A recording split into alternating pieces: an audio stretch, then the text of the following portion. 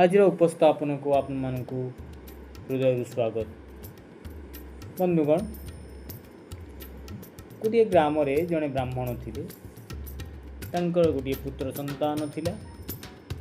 विद्या अध्ययन पर ब्राह्मण जनक पुत्र संतान को गुरुकुल को पठाई देले।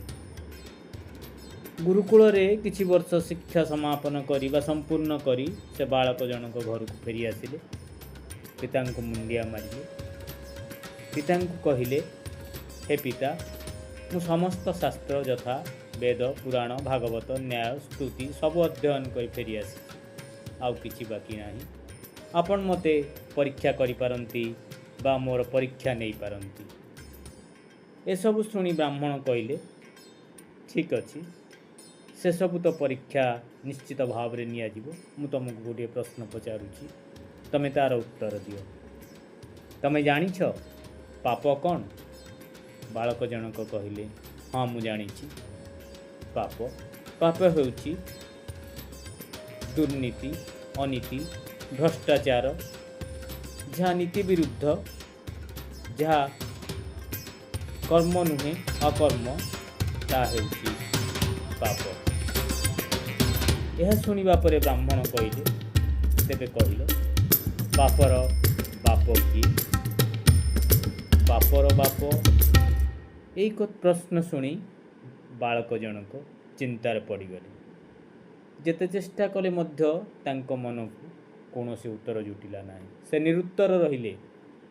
बापा को कहले, मु ए उत्तर जाने नाही। मु जाउछि ए प्रश्नर उत्तर खोजिबाकू। जेते दिन एहार उत्तर मु न पाइछि, सेते दिन पर्यंत मु आउ गृह को फेरिबिनी।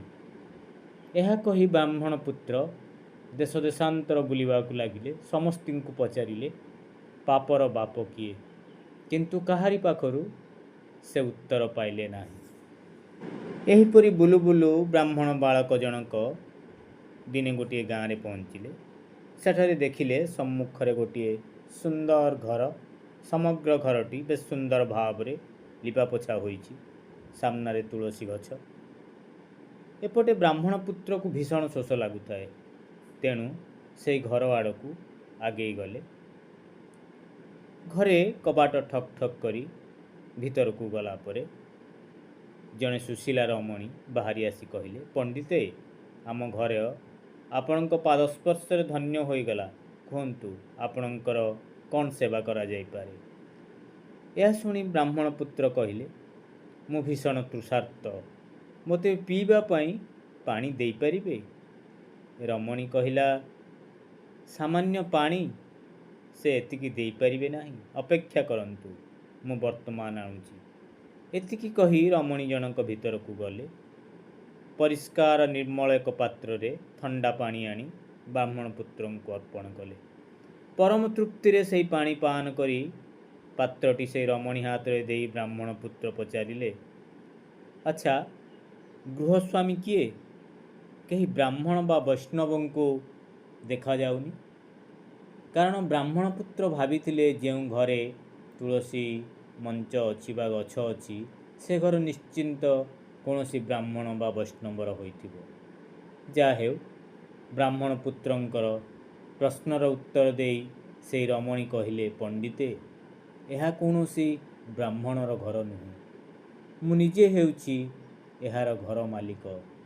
मु जणे बारांगना। यह शुणी बाही उत्तर शुणी ब्राह्मण पुत्र जनक डेई पड़िले। मु ए कौन कली? पापर बाप को खोजिबा को आसी निजे ही पाप करी बसिली। बारांगना हाथरू पानी पी निजे पाप करी बसिली। हाय भगवान, मते एबे गंगा स्नान करी प्रायश्चित करबा को हेबो। रमणी को उद्देश्य करी कहले, अरे हतभागी, तोर टिके हेले छाती कंपिला नहीं मो परी जणे ब्राह्मण पुत्र को पानी देबाकू? मु तोते अभिशाप देवी। संगे संगे रमणी कहले, पंडिते, मोर गोटे निवेदन अछि। पाप तो जहाँ हेबार थिला हेई गला। कहूछि कौन कि मु आपणक भोजन व्यवस्था करंती, आपण सामान्य खाई की जानतु। आपण बरं गोटे जगार दुईटी बुड़ देवे। ଆପଣଙ୍କ ସବୁ ପାପ ଧୋଇଯିବ। ଆଉ ଆପଣଙ୍କ ଭୋଜନ ଦକ୍ଷିଣା ହିସାବରେ 5ଟି ସ୍ୱର୍ଣ୍ଣ ମୁଦ୍ରା ଦେବି। ବ୍ରାହ୍ମଣ ପୁତ୍ର ମନେ ମନେ ଭାବିଲେ, ଠିକ୍ ତ, ପାପ ଯାହା ହେବାର ତ ହୋଇଗଲା। ଯଦି ଭୋଜନ ପରେ ଏକାଥରେ ପ୍ରାୟଶ୍ଚିତ କରେ କ୍ଷତି କ'ଣ? ଓଲଟି ଦକ୍ଷିଣା ମଧ୍ୟ 5ଟି ସ୍ୱର୍ଣ୍ଣ ମୁଦ୍ରା ମିଳିବ। ଏହା ଭାବି ବ୍ରାହ୍ମଣ ପୁତ୍ର କହିଲେ, ଠିକ୍ ଅଛି, ଚାଉଳ ଡାଲି ଇତ୍ୟାଦି ଆଣିଦିଅ, ମୁଁ ନିଜେ ରୋଷେଇ କରି ଭୋଜନ କରିବି। ରମଣୀ ପୁଣି କହିଲେ, ପଣ୍ଡିତେ, ଗୋଟିଏ ନିବେଦନ ଅଛି। ଯଦି ମୁଁ ସ୍ୱହସ୍ତରେ ଆପଣଙ୍କୁ ରୋଷେଇ କରିଦିଏ, ଆପଣ ଭୋଜନ କରିବେ, ମୁଁ ନ ହୁଏ ଆପଣଙ୍କୁ 20ଟି ସ୍ୱର୍ଣ୍ଣ ମୁଦ୍ରା ଦକ୍ଷିଣା ରୂପରେ ଦେବି। ଆପଣ ଗଙ୍ଗାରେ 3ଟା ବୁଡ଼ ପକାଇ ଏହାର ପ୍ରାୟଶ୍ଚିତ କରିଯିବେ। ବ୍ରାହ୍ମଣ ଅନେକ ଭାବି ନିଜର ସମ୍ମତି ପ୍ରଦାନ କଲେ। କିଛି ସମୟ ମଧ୍ୟରେ ଭୋଜନ ପ୍ରସ୍ତୁତ କରି ବ୍ରାହ୍ମଣ ପୁତ୍ରଙ୍କ ସମ୍ମୁଖରେ ରଖିଲେ। ବ୍ରାହ୍ମଣ ପୁତ୍ର ଆଗମନ କରି ଖାଇବା ଆରମ୍ଭ କରିବେ। ଠିକ୍ ସେହି ସମୟରେ ସେହି ରମଣୀ ଜଣଙ୍କ କହିଲେ, ପଣ୍ଡିତେ, ମୋର ଗୋଟାଏ ନିବେଦନ ଥିଲା। ମୋର ଖୁବ୍ ଇଚ୍ଛା ଥିଲା ମୁଁ ଆପଣଙ୍କୁ ନିଜ ହାତରେ ଖୁଆଇଦେବି। ଅବଶ୍ୟ ଏଥିପାଇଁ ଆପଣଙ୍କୁ 50ଟି ସ୍ୱର୍ଣ୍ଣ ମୁଦ୍ରା ଦକ୍ଷିଣ ସ୍ୱରୂପ ଦେବି। ଆଉ ଆପଣ ସିଧାସଳଖ ଗଙ୍ଗାକୁ ଯାଇ 5ଟି ବୁଡ଼ ପକାଇଦେବେ, ଆପଣଙ୍କର ସବୁ ପାପ ଧୋଇଯିବ। ବ୍ରାହ୍ମଣ ପୁତ୍ର ଚିନ୍ତା କରି ରାଜି ହୋଇଗଲେ। ସେହି କ୍ଷଣି ରମଣୀ ଆସି ନଇଁପଡ଼ି ମୁହଁକୁ ଖାଦ୍ୟ ତୋଳିଦେବା ପରିବର୍ତ୍ତେ ବା ଖୋଇଦେବା ପରିବର୍ତ୍ତେ ବ୍ରାହ୍ମଣ ପୁତ୍ରର ଗାଲରେ ଶକ୍ତ ଚାପୁଡ଼ା ବସାଇ ଦେଲେ। ବ୍ରାହ୍ମଣ ପୁତ୍ର କ୍ରୋଧରେ ଆସନ ଛାଡ଼ି ଉଠିପଡ଼ି କହିଲେ, ତୋର ଏତେ ସାହସ, ତୁ ମୋ ଗାଲରେ ଚାପୁଡ଼ା ମାରିଲୁ? ତୋର ସମୂହ ସର୍ବନାଶ ହେବ, ମୁଁ ଅଭିଶାପ ଦେଉଛି।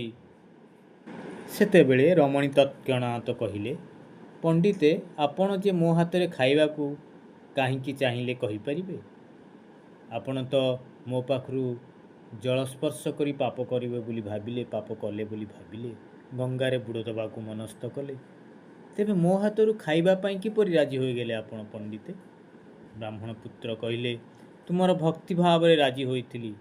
ରମଣୀ କହିଲେ, ଭୁଲ। ତୁମେ ନିଜେ ନିଜକୁ ପ୍ରଶ୍ନ କରି ଦେଖ। କୌଣସି ଭାବ ପ୍ରେମ ନୁହେଁ, ଭାବ ପ୍ରେମ ହେଉଛି ଅଭିନୟ। ତୁମେ ସ୍ୱର୍ଣ୍ଣ ମୁଦ୍ରା ଲୋଭରେ, 50ଟି ସ୍ୱର୍ଣ୍ଣ ମୁଦ୍ରା ଲୋଭରେ ରାଜି ହୋଇଯାଇଥିଲ। ଶୁଣ ପଣ୍ଡିତେ, ତୁମେ ଦେଶ ଦେଶାନ୍ତରେ ଘୁରି ବୁଲୁଥିଲ ପାପର ବାପ କିଏ ଜାଣିବାକୁ। ଶୁଣ, ପାପର ବାପ ହେଲା ଲୋଭ। ପୃଥିବୀରେ ଯେତେ ପାପ ସଂଗଠିତ ହୁଏ, ସବୁ ଲୋଭ ଦ୍ୱାରା ପରିଚାଳିତ ହୁଏ। ତୁମେ ବ୍ରାହ୍ମଣ ପୁତ୍ର, ତେବେ ବି ତୁମର ଲୋଭ ତୁମକୁ ପାପ ପଥରେ ଟାଣି ନେଇଯାଇଛି। ଲୋଭକୁ ଜୟ କର, ତାହେଲେ ପାପ ଦୂରୀଭୂତ ହେବ। ମନେ ରଖିବ, ପାପର ବାପ ହେଲା ଲୋଭ। ବ୍ରାହ୍ମଣ ପୁତ୍ର ମୁହଁ ତଳକୁ କରି ସବୁ ଶୁଣି ଧୀରେ ଧୀରେ ଗୃହ ପରିତ୍ୟାଗ କରି ନିଜ ଗୃହ ଦିଗରେ ଯାତ୍ରା କଲେ। ଉପସ୍ଥାପନଟି କେମିତି ଲାଗିଲା ମତାମତ ଦେବେ। ଧନ୍ୟବାଦ।